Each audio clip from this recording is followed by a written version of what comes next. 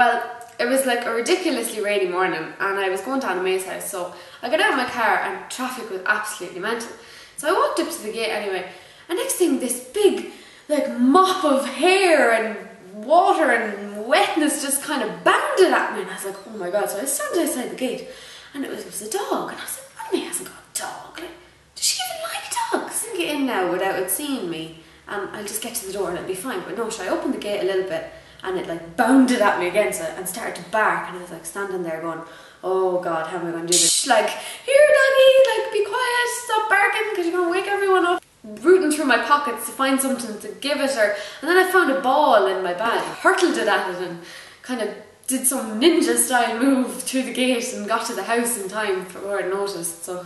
So see, I was minding my friend's dog and it was outside, and now I know it usually lives outside, but it was looking in the window at me, and to be honest, it looked a bit miserable. Thinking, well, I let it in, but then I was like, no, I can't let it in, because if I let it in, the house will be destroyed. I went to look at it again, and there was my friend Chloe, just outside my house, and I was just like, what is she doing? But then I was like, so then she started playing with the dog, which I thought was a bit odd, but I was just like, okay.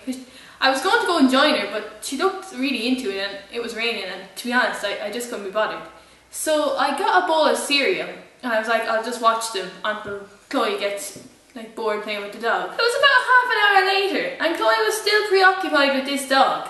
I was just like, did she come to visit me, or was it the dog? It wasn't even like it was my dog. She wasn't even familiar with it. And there she was. She's a bit of a randomer anyway, so I was like, okay, Chloe's there. So I was happily digging up my bone I got last Christmas when this lady came to the gate.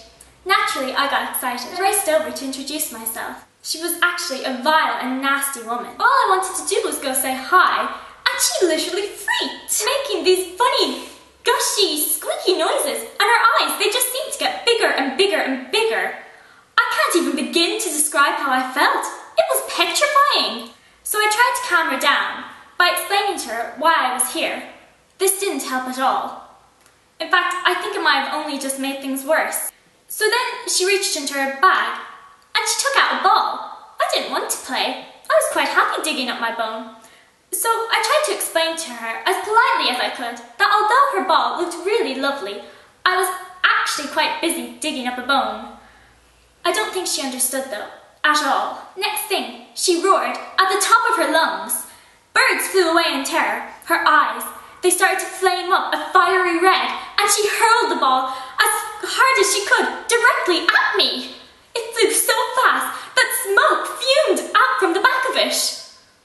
And it was going directly towards me. I just managed to dodge it as she broke straight through the gate and hurled herself into the house. I feared for those people, but unfortunately I could do nothing. So I went back to digging my bone.